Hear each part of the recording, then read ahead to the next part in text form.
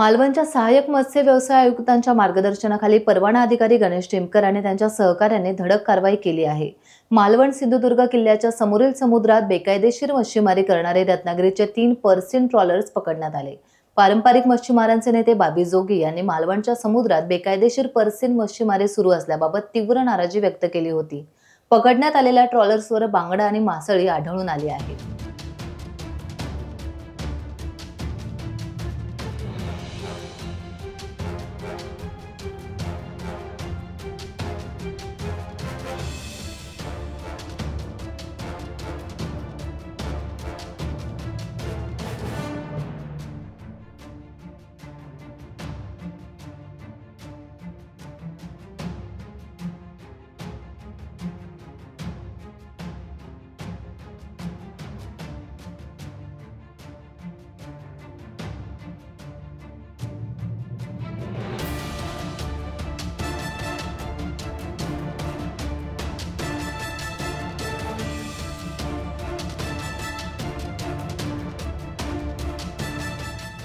Times डिजिटलला like करा, share करा, subscribe करा आणि बेल आयकॉन दाबायला विसरू नका।